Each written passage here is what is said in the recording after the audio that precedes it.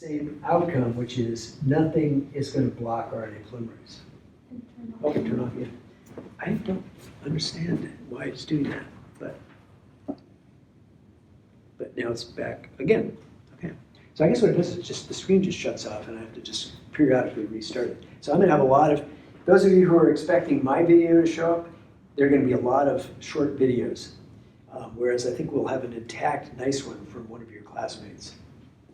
And by the way, after this is all over, we'll figure out a way that either it gets uploaded or there'll be a link to these different videos for you all to get, those of you at home. And I guess those of you who are here too, if you want to get it. All right, so those are two examples of mutants. The other two mutants we talked about were the super I mutant. In this case, you have a Lac protein that binds to the operator but doesn't recognize the inducer. So in that situation, level of transcription will be low under both circumstances. So again, if the only thing you looked at was without inducer, you'd say, oh yeah, that's just the same as wild type. But when you compare it to what happens with inducer, you see, no, that's a mutant because it should be high when inducer is present, but because of this mutation, the regulatory protein stays put and doesn't respond to inducer. Okay? And then we brought in one additional mutant. So this is the Lac C- mutant. This mutant can't make beta-galactosidase, or it makes a beta-galactosidase that can't do the reactions that we talked about. Turn off that. Turn off. Oh, okay. Yeah, not only did it turn off it. That's rather annoying, I must say. I'm glad we have your video to back this up.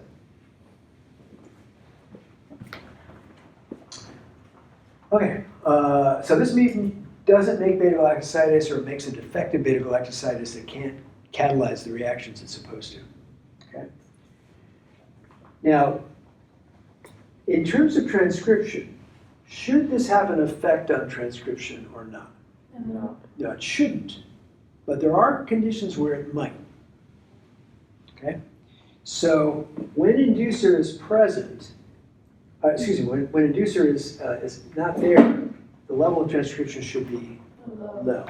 That's right. And when inducer is present, it should be, what should it be? It should be high.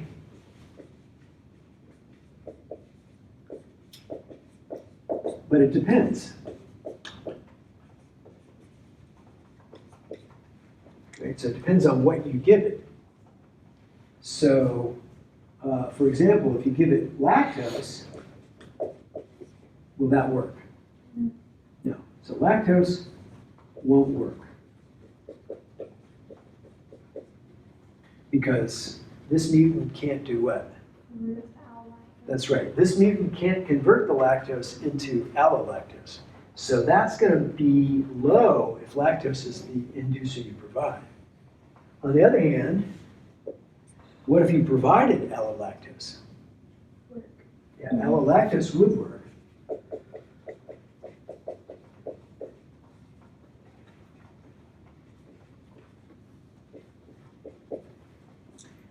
And then there's a third type of inducer we can provide that's going to stick around all the time. So both of these, if they were provided, could get metabolized potentially.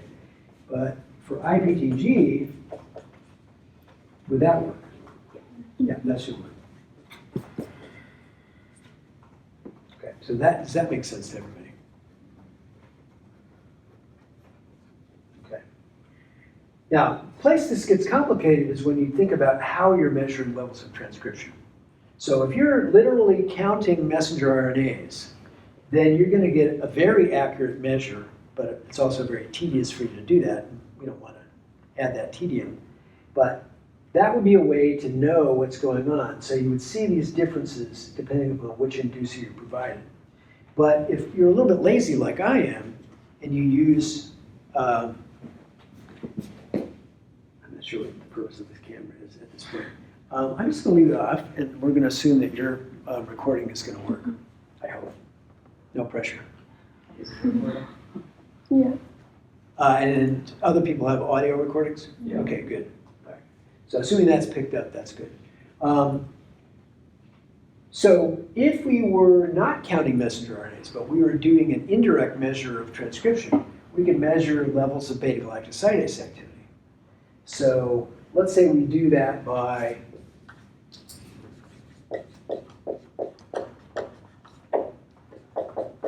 beta-galactosidase activity. Then what we're looking at is, do we have X-gal cleaved or not? And so if we have sufficient quantities of beta-galactosidase such that it gets cleaved, we're going to see a color change. We're going to see a color change.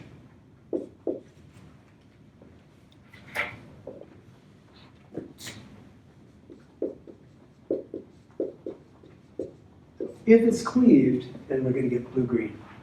And so that tells you that you have a high level of beta-galactosidase activity if it becomes blue-green. If not, then what you're going to have when it's low level is white. Okay. And so if you think about that, you could think about, well, what colors are all these going to be? So this is going to be blue-green, blue-green, blue-green, blue-green, white, white. But then this is always going to be white because there's no LAC-Z activity. So this is always going to be white if you use that method to measure levels of transcription. Wait, can you repeat that one more time? Yes. So if the way you're measuring transcription levels is by this, this change of color for X-gal from white to blue-green, then when it's low, it's always going to be white. It's going to depend on the ability of this enzyme, which isn't there, and so it's going to be white even when the level of transcription is high, which is what you get with these two. Okay, so it'll give you a false impression of what's actually going on. Okay, yes. And that's because of it cannot bind to the, it's because you can't make beta-galactosidase. Correct. Right? And that way, you never cleave the X-gal. Okay? And then just to remind you, well, I already kind of said, so in this case, what we typically do is we have IPTG as the inducer that we provide. And so this would be X-gal plus IPTG. This would be X-gal only.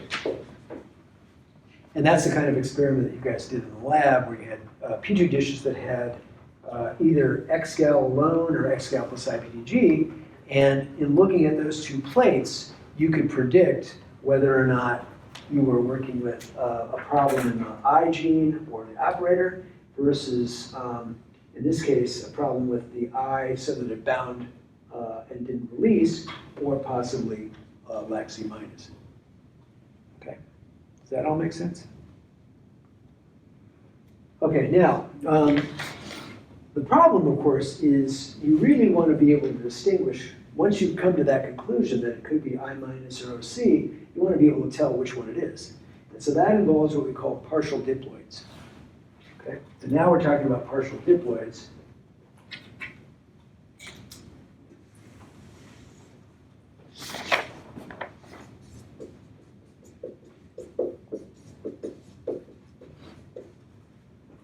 And so the partial diploids, what you do is you provide the genes that you're interested in studying on a plasmid in addition to the chromosome. So this is the chromosomal copy.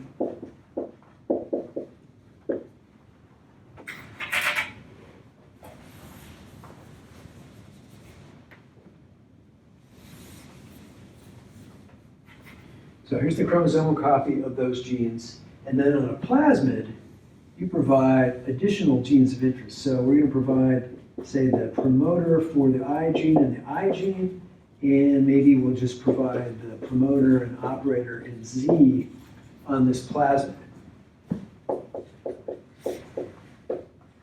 So now in the same bacterial cell, you've got these genes, which may or may not be wild type, but then you know what you're putting in on the plasmid. So you know, in this case, this example, we're putting in a wild type functional copy of I, a wild type copy of Z with its promoter and operator. Okay? And so when we do that, we get what's called a partial diploid, because the cells are now diploid for part of the chromosome. Only the part that we provide is extra. Okay? And so in that situation, what you can do is you can look at the chromosomal component and the plasmid component and ask, how does that affect transcription levels?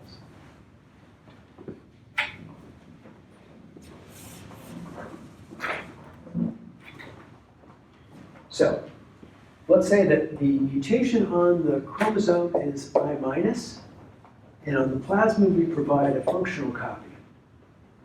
So, a functional I on the plasmid, but the chromosome has a mutation that makes it I minus. And then we ask, what happens when there's no inducer? What's going to happen to the cells if there's no inducer? Low. Yeah, it should be low. And what about when there is inducer? Right. Right. Okay. Does everybody understand that? Yes, question? Can you repeat that? I still don't understand it. Okay. All right. So in this example, so let's assume this is one big cell, and it's got a chromosome with these particular genes on it. And let's say that the mutation is in the I gene, making it I minus. Okay. So from the chromosome, the cell would not know how to make the I protein. But on the plasmid, we provided another copy. Okay, so now this cell can produce I protein. So if there's I protein in the cell and there's no inducer, what should the level of transcription be? Low. Low. Okay. That makes Okay, sense. got it? Yeah. Okay, everybody? Okay. All right, now, on the other hand, if the mutation on the chromosome were the operator, and now we're providing on the chromosome, on the plasmid, we're providing a functional copy of I, is that going to fix the problem? No. So what's going to, the levels without inducer are going to be what? I. And with inducer? Also I. Okay. And does everybody understand why that would be? Okay. So it's not, it never was a problem with the regulatory protein gene. So providing another copy of the regulatory protein doesn't fix the problem that you have here that's interfering with regulatory protein binding. And then, of course, the last example, if you understand that, the last example is, let's say that you provide to this mutant, the operator constituent mutant, you provide a functional copy of O on the plasmid. Is that going to fix the problem? No. Why not? Operators can't move. Right, operators can't move, and operators only control transcription through the region where they are.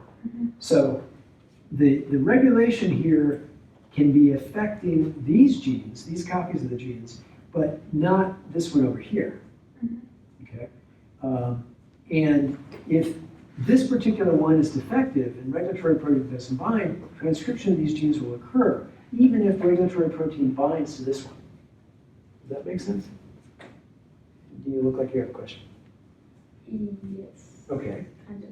Kind of, sort of? Okay, so normally, you've got regulatory protein being produced, but because of this mutation, those can't bind there.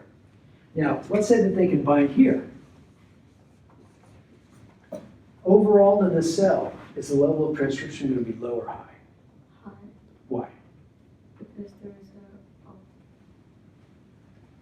there's an inducer that's binding. Not an inducer. Oh, I mean, operator. There's a regulatory protein, that's what black eye is, that's not able to bind here. Even though it's binding here and preventing transcription of this copy of the Z gene, it can't bind here because this operator is defective. Okay, and because it's defective, even if we provide a good copy on the plasmid, this one's still defective, and transcription can go through. Yeah, and that, all of that is to remind you of how the I gene is different than the operator's site. So what's the big difference between the I gene and the operator's site? Well, the I gene codes for the regulatory protein. So the I gene codes for a product. The operator, what does it code for? Nothing, exactly. It sits there and says, dig me, and if the regulatory protein doesn't dig it or bind to it, then you get transcription through that region. Okay? Yes, question? So like, does this process, is it kind of related to like a way to differentiate between if a cell colony has a mutation for I- versus OC? Yes, Okay, because now can you distinguish one versus the other? yeah. Right. Exactly. So if you do this partial diploid analysis, if the mutation was in the I gene, then bringing in the I on a plasmid should correct it. But if the mutation was operator constitutive, bringing in I on the plasmid doesn't do anything. Okay? So that's the point of doing that experiment. Okay, good questions. All right, any other questions about any of this? Okay, now, the next two things we're going to talk about, one will relate directly to the Lac Operon, because the Lac Operon is an example where this kind of regulation occurs. Just to recap, the thing about operons is it's a way to control multiple genes at the same time.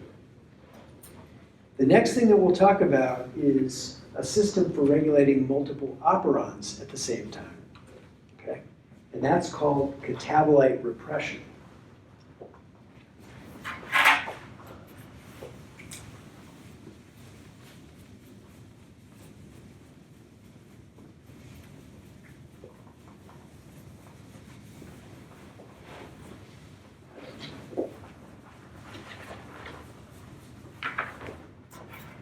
All right, so catabolite repression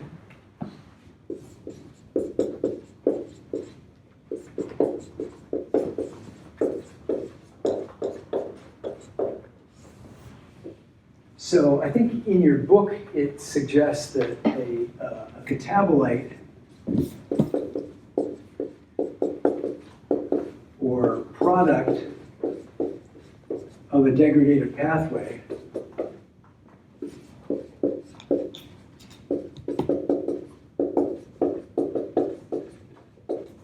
can be used to inhibit expression of that pathway.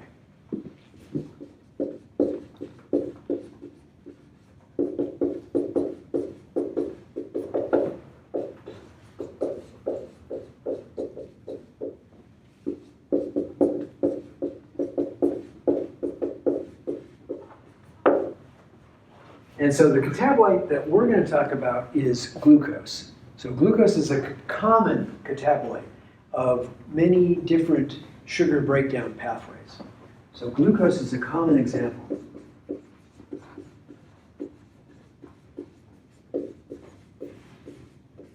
And it tends to inhibit the transcription of other pathways for breaking down sugars.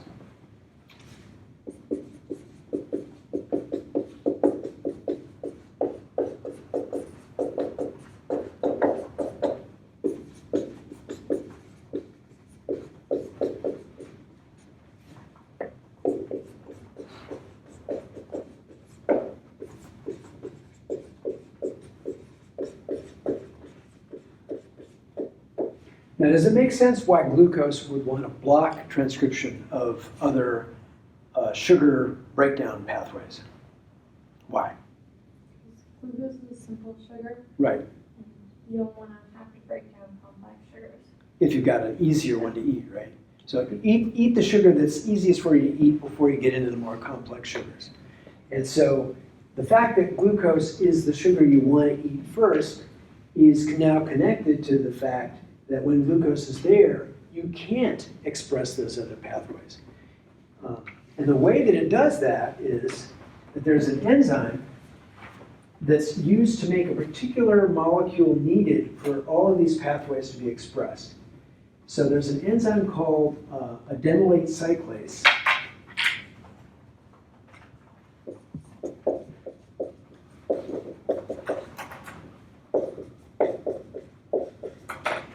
And that enzyme is usually needed to make cyclic AMP. So this enzyme catalyzes a reaction that converts precursors into cyclic AMP.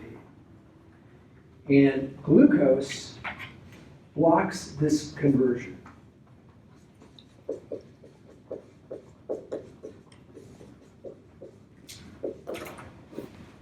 And again, just so you understand, it's not that glucose is preventing adenylate cyclase from being synthesized. It's preventing adenylate cyclase from synthesizing cyclic AMP.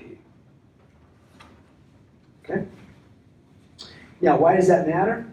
Well, the reason it matters is because cyclic AMP is needed as part of a process by multiple operons that help RNA polymerase. And as an example,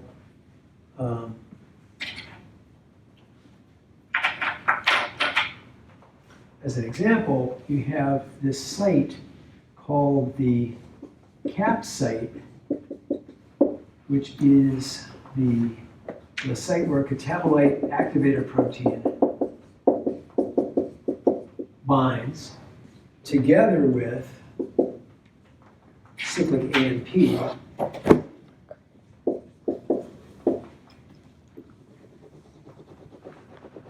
And that binding actually helps RNA polymerase bind to the promoter. Okay? So some of you will call that positive control, but it's really more of a global control over not just the Lac Operon, but all the other operons under catabolite repression. So this would affect, for example, this affects Lac, Gal, Era, maltose, all these other sugar operons.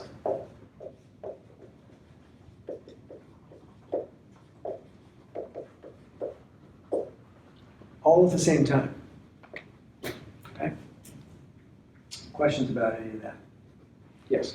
So when without the substance, the like compound with the cyclic AMP and the cap protein, can you still have transcription occur at a low rate or no? I'm not sure if it's completely off, but it would be at a very, very low rate. There would be no way to activate it to high levels, even if the regulatory protein were not there. So without that particular effect of catabolite activator protein and cyclic AMP, even when there's inducer and regulatory protein is taken off, you won't get high levels of transcription. I don't know if you get no levels at all, but you never get above the low levels. Okay? Okay, any other questions about catabolite repression? Okay. Next thing we talked about is the tryptophan operon. And I'm going to erase a lot of this.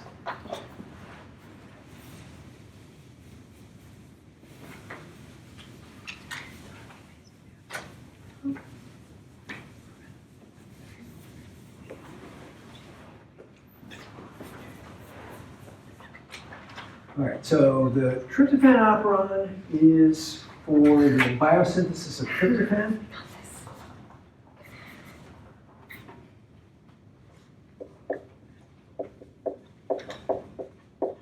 Which is an amino acid.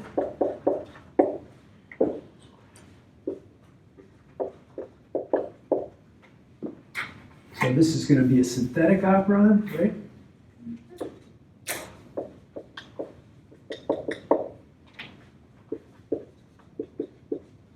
And as we saw before, there is a regulatory protein gene with its own promoter.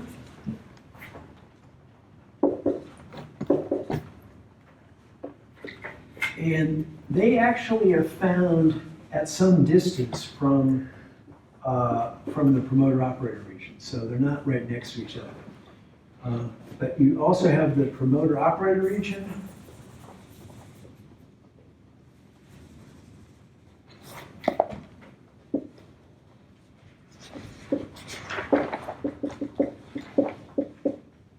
And 5 structural genes, we didn't even worry about what each of them did, but there are 5 of them.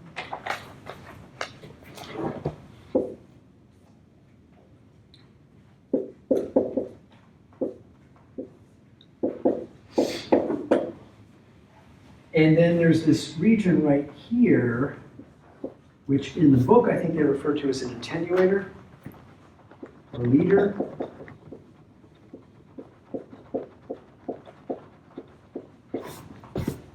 But it's not actually part of the structural genes.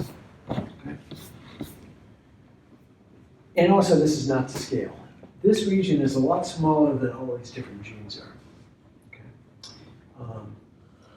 Now, the regulatory protein gene encodes a regulatory protein, which we'll call the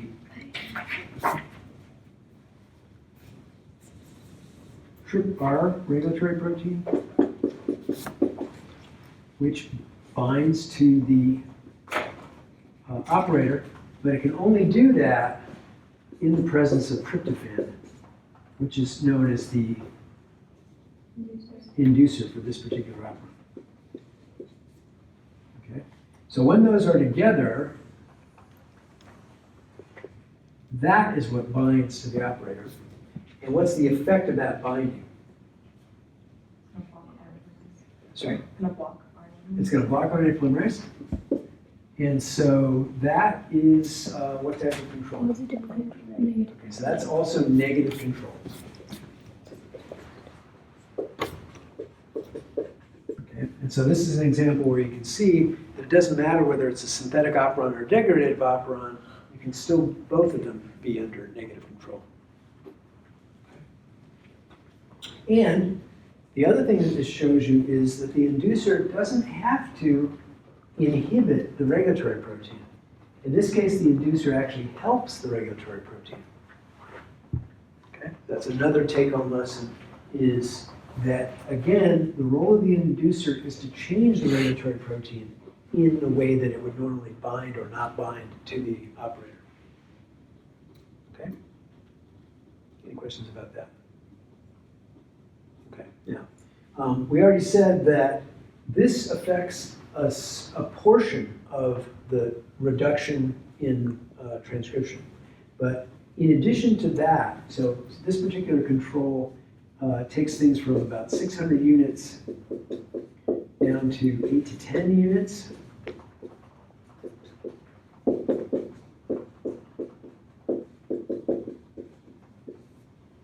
But there's another way to bring down transcription even further. Okay. And that has to do with this region right here, the attenuator or leader. Okay? Now that region right there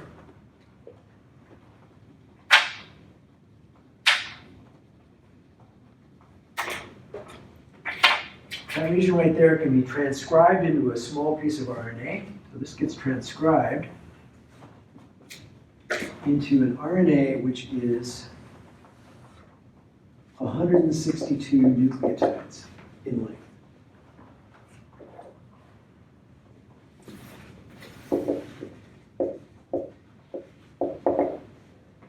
And if that is translated, it gets translated into a protein which is 14 amino acids. It's actually a peptide because it's so small. And the cell doesn't really do anything with it. So as we talked about in class, it's the translation of this piece of RNA that's important, not what this peptide is actually there for. Okay? And the reason that translation is important is because there are 4 regions within the RNA that are complementary to each other. 1, 2, 3, 4. And if they fold in a certain way, it's either going to block transcription here, so the structural genes don't get transcribed, or it's going to fold in a way that allows transcription to continue, in which case you get expression of the structural genes if transcription is allowed to continue into them. Okay? So those are the two options that are being controlled. We said that if 1 pairs with 2, then that prevents 2 from pairing with 3. But if 2 pairs with 3, that prevents 3 from pairing with 4. Okay? Now the reason we care is that 3 and 4 pairing produces what? That's right. That gives us a row and a termination signal.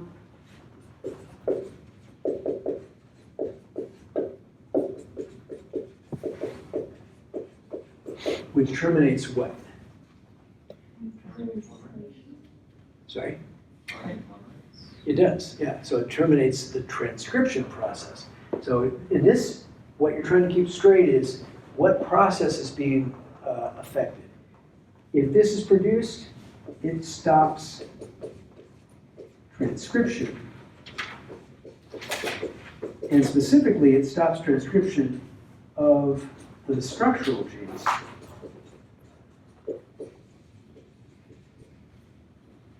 So the question is, what is it that controls these possible alternative foldings? Okay. Now, we know that in prokaryotes, translation and transcription can occur at the same time, right? Which can or cannot happen in eukaryotes. Cannot, because they occur in different parts of the cell. But in prokaryotes, they occur at the same time because they occur in the same, there's no compartment. So when a ribosome comes along and is translating this RNA, what's going to happen is it's going to see in this sequence a place where there are 2 codons that say, bring me tryptophan on the tRNA for tryptophan.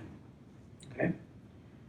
And if the ribosome gets here and that is what it sees, so if it has that, then it's going to come along and it's going to reach the stop codon.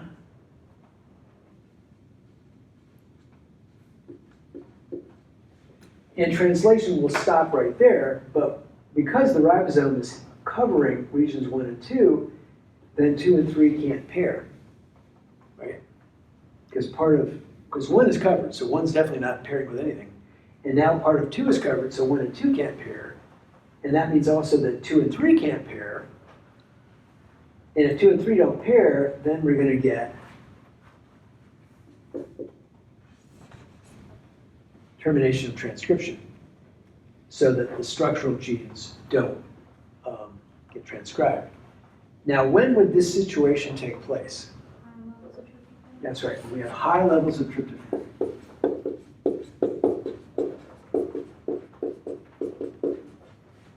Okay? Does everybody understand that? Okay. Now, alternatively, if we were trip-starved, so instead of being having this situation, let's say we're trip-starved,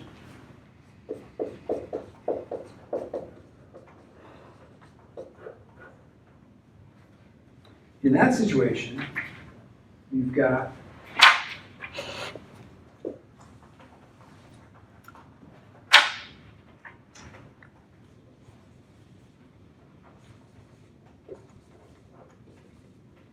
the ribosome now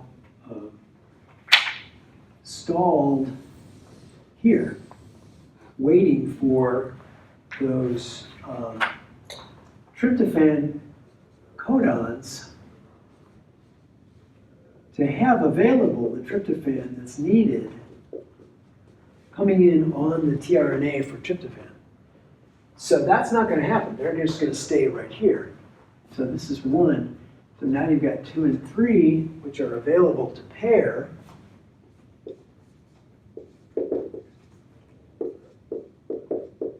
And if 2 and 3 pair, then 3 and 4 can't, right?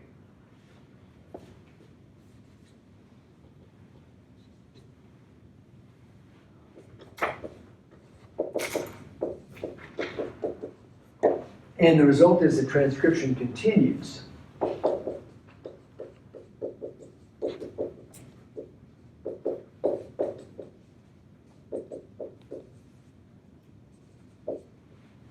Okay, does that make sense?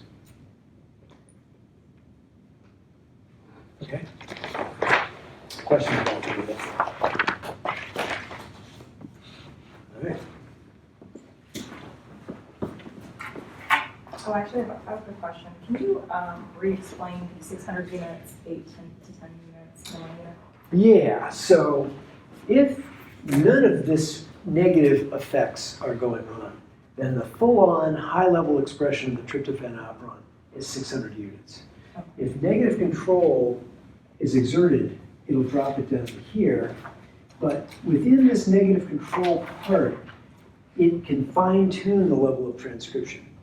So if we're starved for tryptophan, then we definitely want to come up to at least this level and maybe go up even higher, right? So if we're really starved, we're going to go from the lowest level up to here, and then because you don't have enough tryptophan available, you can even go up even higher because you need tryptophan to be the inducer to shut down. But it's that kind of fine-tuning based on the concentration of tryptophan that this last part allows to occur. So what do the units refer to? How much transcription? So if it's, however you want to measure units, messenger RNA molecules, tens of messenger RNA molecules, however you measure transcription. Okay? All right. Okay, so I'm going to erase all of this because now we're going to move into transcriptional control in eukaryotes.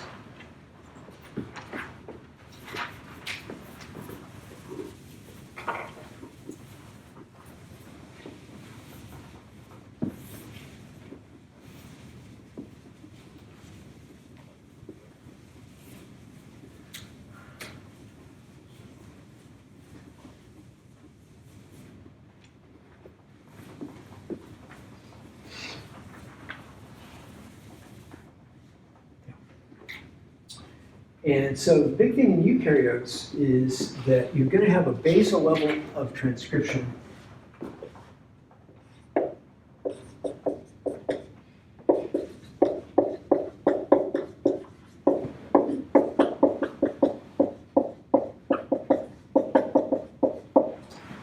That is determined by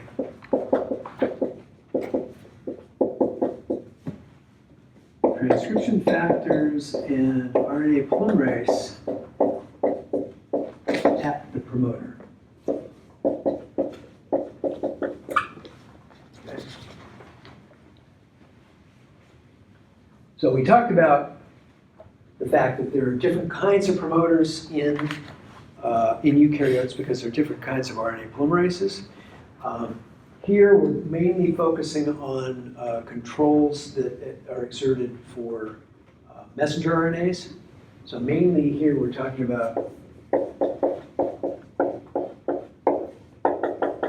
RNA polymerase 2 for messenger RNAs.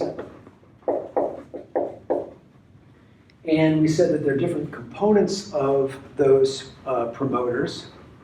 So one of the things we did is we compared promoters, which are being used for basal level transcription, to enhancers, which are used for regulation. Okay. So for promoters, there were a number of characteristics that promoters had. Presumably you have these in your notes, but we can kind of list them. So what kinds of things do promoters have? Conserve sequences. Okay, so conserve sequences.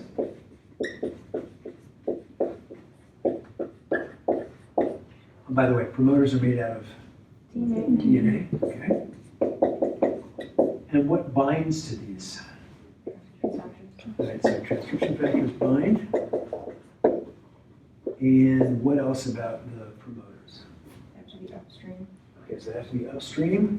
They affect single gene. I'm sorry, They affect a single gene. that's right.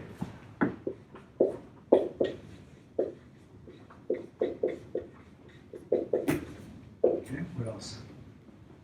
Is it, Orientation matters. Orientation matters, at least for the Tata box. Yeah.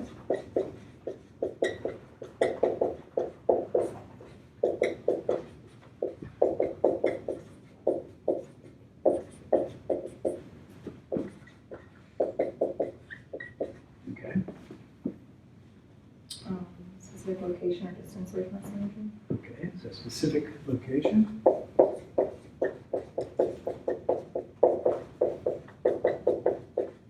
And are they close?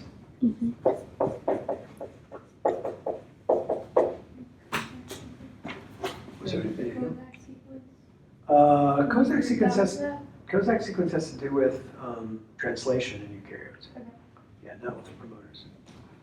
So that just gives you the context of that ATG start or AUG start codon. Okay. All right, so that's promoters. And oh, one more. This is for basal level transcription.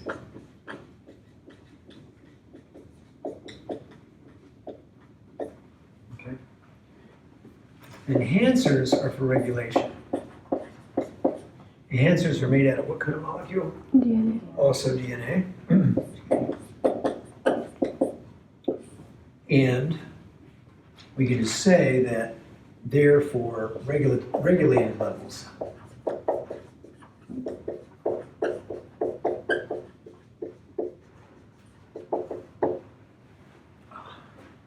Okay, and I guess we just work our way up.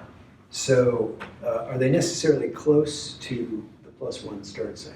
Doesn't No, so they can be near or far.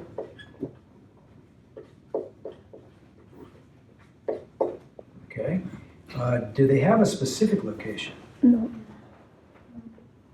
No? Okay. No specific location. There is an exception. That's right, except for UAS, which is upstream. Activation. Sorry? Upstream activation sequence. Yeah, that's an that's an upstream activation sequence. So UAS stands for upstream activation sequence. Does orientation matter? No. I mean, it may matter in terms of the degree of increased expression, but not whether or not there's going to be an increase. How many genes? More than one. Multiple genes, so more than one gene.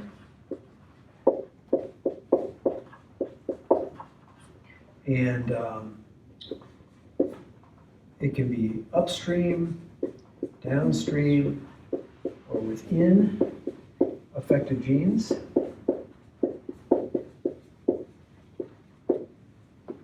Except UASs, which have to be upstream. And then what binds to the enhancers? Regulatory protein. That's right, regulatory proteins.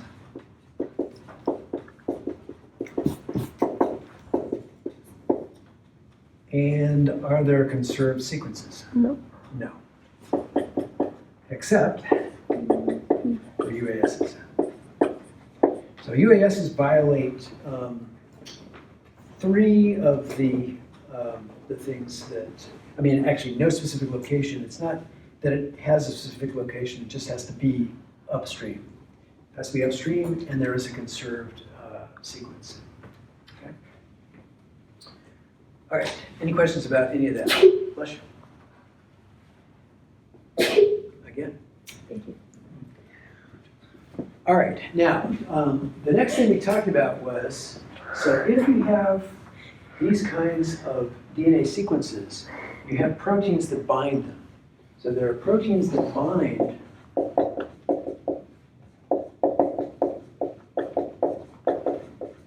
enhancers or promoters.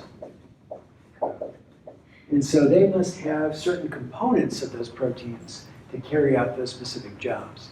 So proteins that bind to DNA have DNA binding domains.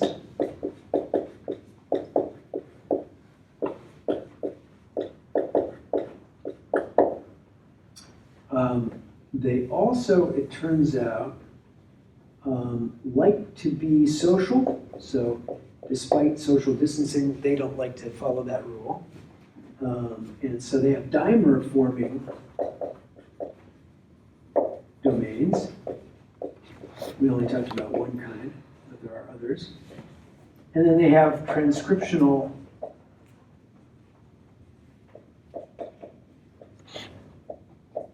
activation domain. This is for regulatory proteins only, not for just regular transcriptional factors. All right, so in terms of DNA binding domains, we talked about two examples. One is the helix turn helix, and that just describes a structure versus a zinc finger, which has conserved specific amino acids.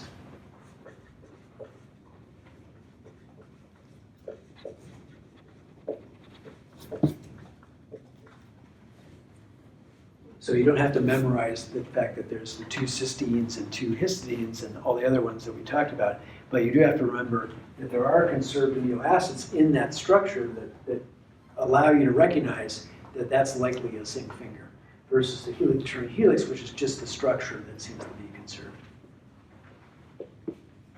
Okay.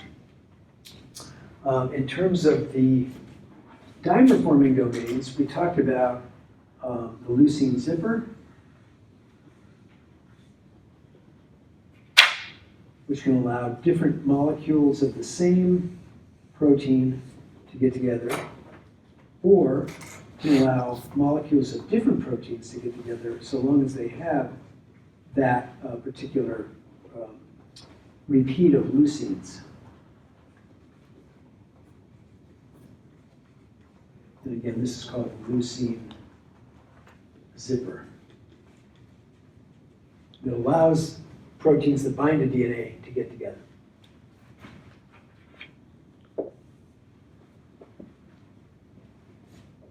And then finally, in terms of transcriptional activation, 30 to 100 acidic amino acids.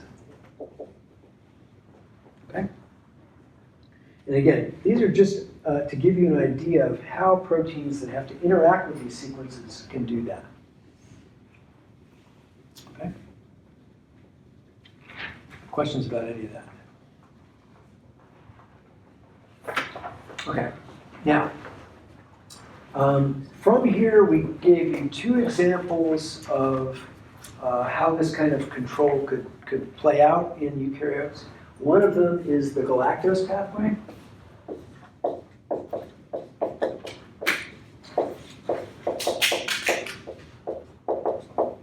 In yeast.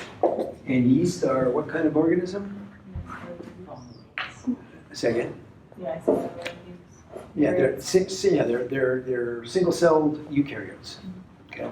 Main thing is to realize that yeast, even though they're single-celled, are eukaryotic cells. Okay. All right, and so on this there were, let's see, 1, 2, 3, 4, 5 chromosomes. If you remember their numbers, good for you. If you don't, that's okay too. But they're different chromosomes. Okay, so you guys memorized those, of course. Good for you. But what's important to not so much memorize, but to understand is that 2 of these chromosomes contain genes that are the structural genes.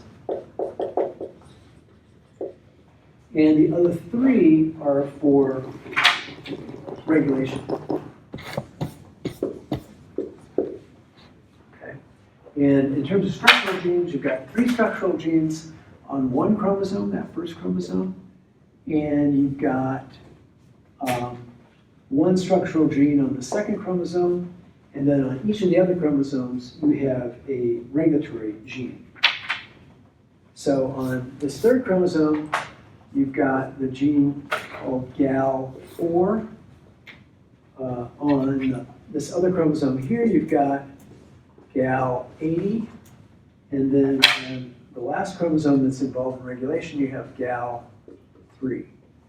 Whereas on the other 2 chromosomes, you've got Gal2 on this chromosome, and here you've got Gal1, Gal10, and Gal7. And in terms of transcription, transcription is going this way for these 2 genes, this way for the Gal1. All of those structural genes have their own promoter. So that's something that you need to remember. They all have their own promoter. And so the way we have this defined right now, would this be an operon or not? Why not? They have their own promoter, and also those are on opposite, like completely different chromosomes. Like Gal2 is on one chromosome, the other. Right. And so there's really no way for them all to be transcribed onto the same messenger RNA, which was our definition of an operon. Okay. So it's not an operon, but it is a way to control multiple genes at the same time. Okay. So all those structural genes, except for Gal2, are going to become regulated. The structural genes, actually all the genes, are expressed constitutively at a basal level. So then the only thing we have to figure out is how is transcription regulated? And the genes that will be regulated will be these structural genes on this first chromosome. And the way that they're regulated is because there is a UAS that is upstream of all 3 of those genes. Okay. Now, does everybody understand why we say that UAS sub G is upstream of all 3 of those structural genes? And if not, you should ask. Okay, does everybody see that UAS is upstream of Gal10, Gal7, but also it's upstream of Gal1 because it's before the promoter of all of those. Okay? And so what happens is Gal4 protein, once it's made, it wants to bind to UAS sub G, and that's going to increase levels of expression of all those 3 structural genes. Okay? But counteracting that, you have Gal80, and Gal80 protein is going to block, it binds, and it blocks activation.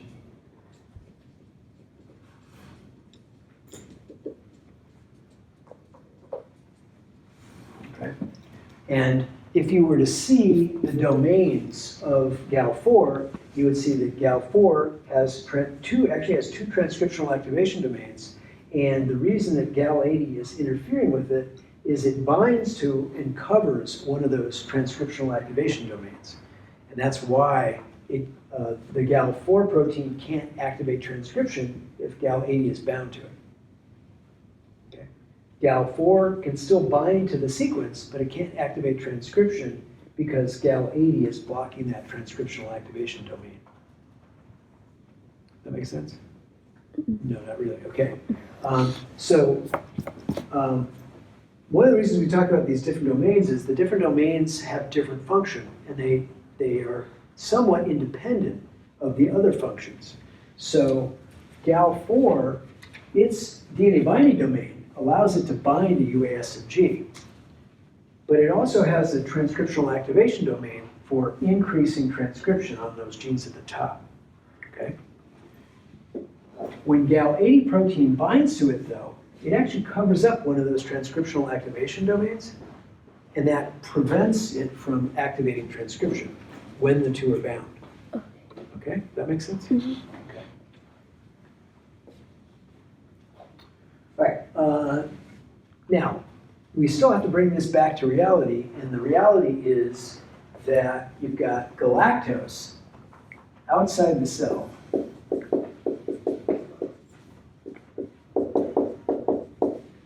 And fortunately, you've got the Gal2 protein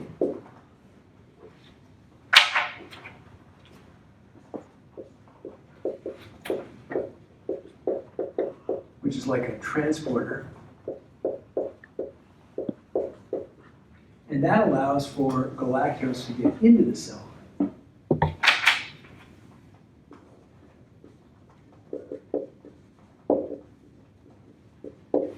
And when galactose is inside the cell, it binds with the Gal3 protein. And that blocks this interaction that Gal80 does. So when galactose is around, then that prevents Gal80 from doing this, so the Gal4 is free to activate transcription. Does that make sense? Okay. Question? So, wait, so when galactose is inside, it will bind to the Gac3 plus galactose, correct? Well, when galactose is inside, it will bind to Gal3, Oh, okay. creating this complex. Oh, okay. Gal3 or Gal3 protein? Gal3 protein, yeah, and make sure that that's clear. So Gal3 protein then is bound with galactose, and the two of them then interact with Gal80, preventing Gal80 from blocking. Okay? Okay. All right, so that was one example. The other example we talked about was steroid hormone receptors. And for that, the main point there was that steroid hormones are able to get into the cell. And steroid hormones, just like galactose in this situation, are a signal from outside the cell that gene expression needs to change. Excuse me. So, if I can erase, no, I'll just erase this top part here.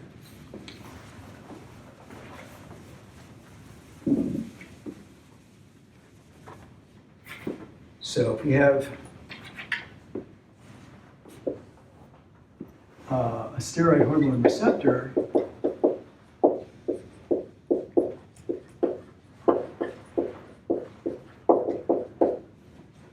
then the steroid hormone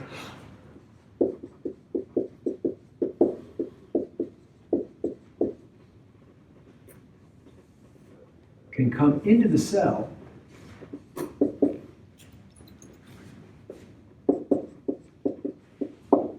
and bind to the steroid hormone receptor so that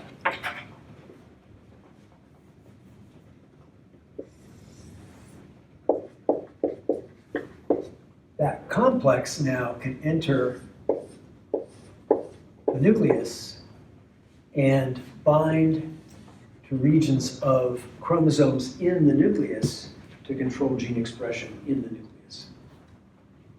Does that make sense? Okay. And so the only other thing we did with steroid hormone receptors is we said, okay, well, in order for steroid hormone receptor, which is kind of like these various regulatory proteins, in order for it to do its job, it's got various domains, like DNA binding domain. It's going to have a region where the steroid hormone can bind. It's got to have the ability to activate transcription, and it's got one other little tricky thing that it needs to be able to do. So once the steroid hormone binds to the steroid hormone receptor, which is like the regulatory protein, what has to happen? A nuclear localization signal? It needs a nuclear localization signal in order to get in. So in order for this to get in, there is a nuclear localization signal as well. So it's got a number of different parts of that protein that allow for